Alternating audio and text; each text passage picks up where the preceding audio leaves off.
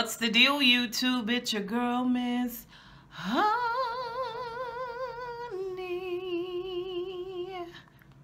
Welcome back to the channel, everybody. It's your girl, Miss Honey. To do a super quick review. I know I say that all the time, but I promise you it will be a super quick review for Real Housewives of Atlanta. This is season 11, episode 11, Peaches of Tokyo. Thank you so much for checking this video out. If you are new to my channel, I'd love to have you sit and stay a spell, become a member of the tribe if you like. Remember to hit that notification bell, as well as give me a thumbs up. It's like saying, hey, Miss Honey. And of course, let's comment down below. Even if y'all don't have a comment, but y'all agree with, my stance on this episode, y'all give me a thumbs up down below in the comment section. Give me a 100. I did something I never do because I've been sick now. I know most of you guys know to one degree or another for the last, I would say 3 to 4 weeks. Like, I've really been trying to shake something and it'll die down and I feel like I get better and then it'll get worse.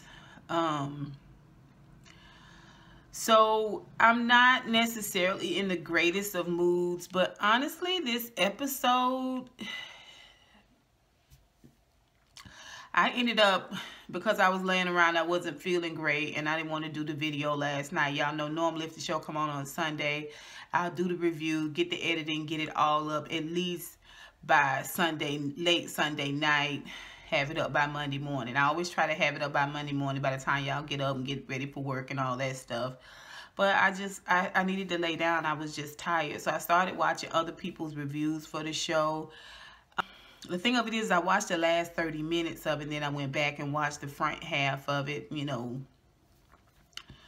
And so I knew what the show was about. I just hadn't had the opportunity to do the review. So it's not really a whole lot of other stuff going on YouTube, especially if you blocked all the people off your channel that's beefing. You really don't have a whole lot to watch. A lot of people not putting content out there outside of that, really, unless they're talking about R. Kelly or Cardi B, politics, that type of stuff. Once you block all the Tasha K beef and all that other petition and all that other stuff, you don't really have a lot of content being put out by black creators. So I just watched some reviews. I watched Rox, Ashley, James Caldwell. I did watch Beautiful Soul earlier today. Lady Nika, I watched her. She not too long ago put hers out. So yeah, that's something y'all know I never do. I never watch other people's videos before I put mine up. But I'm pretty sure nobody's video is going to be like this one. So let's get into it. All right. So Peaches of Tokyo. We see that Candy invites Eva into the dungeon. And one of the things that's really starting to bug me about Eva is that she's coming across real fakey jakey. Like, it's not that she's just a hippie and kind of like wants to be this natural girl and all of that, easy breezy, casual, beautiful girl. You know what I mean? All that stuff Tyra told her. She is kind of fakey jakey. She's one of the girls in the clique. When you see a whole group of girls together and they all kind of talk alike and walk alike and act alike, and Eva's one of those girls. When she came into that dungeon setup and she was like, yes, okay, walls, move walls, and such and such and such, down, honey, down. I was just like, girl, who are you? Who are you? We hear all the rhetoric, but who are you, Eva? Do we know yet? I don't think we even know yet. Anyway, we see Portia and Nene catch up on everything that's going on. I like the two of them together. They seem like they have a lot of fun. They not freaking frack fun, but they really, really crack each other up a lot. And I feel like Nene's a little bit softer when she's around Porsha and she's cracking up, like when she's in a more relaxed state. They off to Tokyo, and Porsha, you know, that whole thing where Porsha didn't know Cynthia's boyfriend's name. She was calling him Chris. I was just like, these girls really, really aren't friends. Like, they really, really aren't friends. I mean, maybe it was pregnancy brain, but I'm just seeing a lot of little stuff that's letting me know that these girls really, really aren't friends. Like, when Eva got the news about her grandfather being on life support, which, you know, I feel bad about that. That's a tough thing. And, you know, my prayers go out to her family. In that situation. It's going to continue next week. But when she got the news, she don't go to Tanya, which I didn't understand. Why wouldn't you go to Tanya? Tanya's the only one that you haven't really had any real friction with. Tanya's the only one that has never really been accusatory to you. And Tanya drinks. Why would you go to Candy's room? Candy don't drink, and all you did was go to the dungeon. But you choose Candy to go to, like, it wasn't about filming. I don't know. Is it because she's a model chick? Like, these girls really aren't close. And the way they doing stuff, you can kind of tell that it's all staged. That whole situation where Porsha is going to teach them the word for I am pregnant, and then she announces she was pregnant. The ladies all seemed like they were happy for her, genuinely happy for her, but they all seemed like they had heard it before. And was Shamari on this trip at all? Like, you only saw her here and there. I didn't, these girls aren't friends, and I don't like the setup where things are starting to look staged. It's bugging me. It really is bugging me. Let's move on. Nene is upset with Greg because Greg is treating Nene like Nene treats everybody else. Greg is supposed to be the one that gets talked to any old kind of way. Greg is not supposed to be the one that talks to her any old kind of way. He's supposed to be the whipping boy. She's not. He's supposed to be waiting on her hand and foot. She didn't sign up to wait on him hand and foot. That's how it's coming across to me. That's how it's coming across to me. That's all I'm saying. Y'all tell me what you think. Put it down below. Marlo had no luggage or storyline at all this episode. Her luggage didn't arrive in Tokyo, and she just kept trying to insert herself in little ways like that. Supposed to be mad. First of all, you know, when you went to bed last night, you didn't have panties and toothpaste and all that stuff. You just call down to the desk and tell them to send you a kit up with toothpaste, and a toothbrush, and you go down to a local shop or somewhere first thing and get you some underclothes, girl, and get you a little set of jeans or something like that you can put on to tide you over. In the meantime, a couple of cute tops, you know what I'm saying, a couple of cute pair of jeans, and keep pushing. Like, what is... Anyway, that was fakey jakey. And then telling Eva, once Eva said something to Porsha about how she acting shady towards her, and she gonna say, somebody told me, Eva, that you been talking about me like a cat. I was like, womp womp, good night. It landed so flat. Like, goodbye, Marlo. Then we see where Eva's, you know, like I said, she confronted Porsha about the shade she threw when she, you know, outed her about talking shade about Cynthia. And obviously, Eva does not realize that Porsha is no longer easy pickings. Like, she's no longer easy pickings.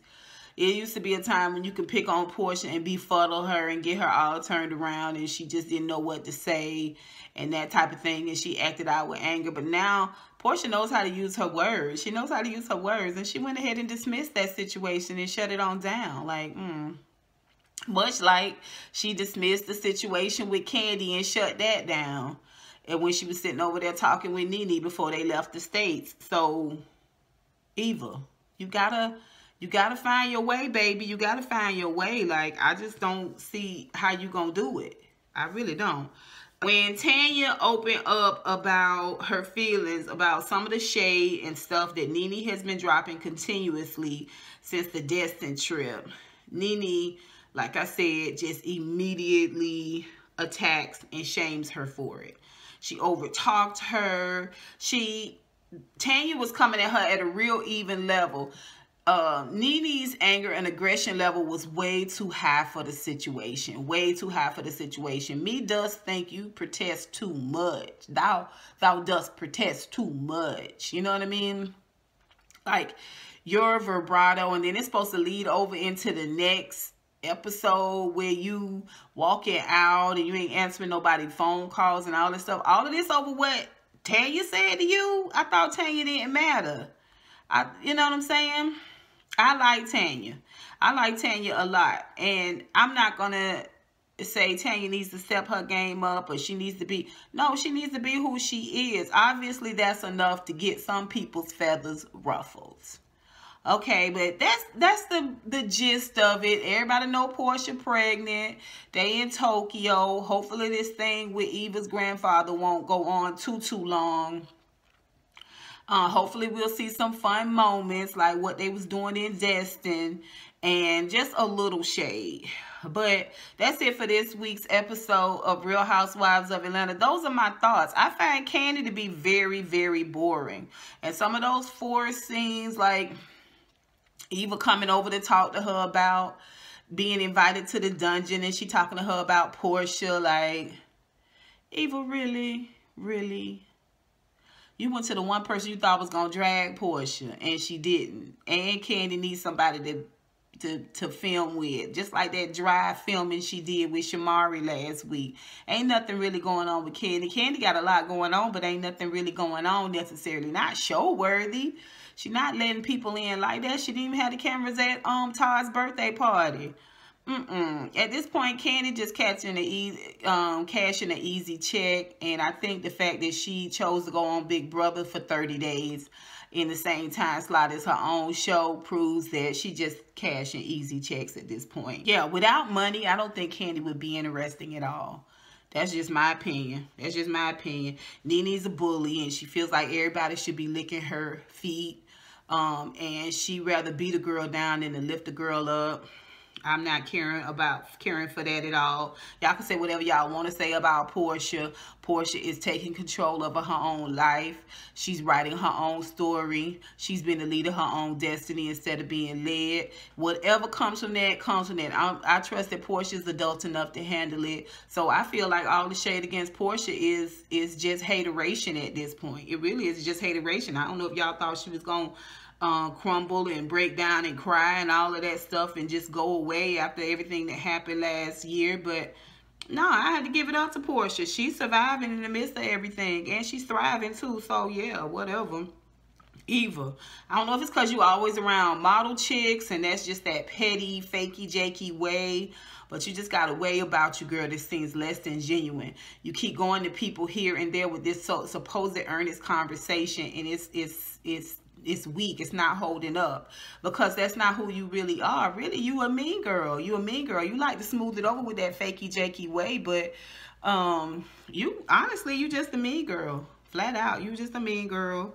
Your husband is not running for mayor anymore, so you might as well go and be the real you, child. Let me see. I like Tanya.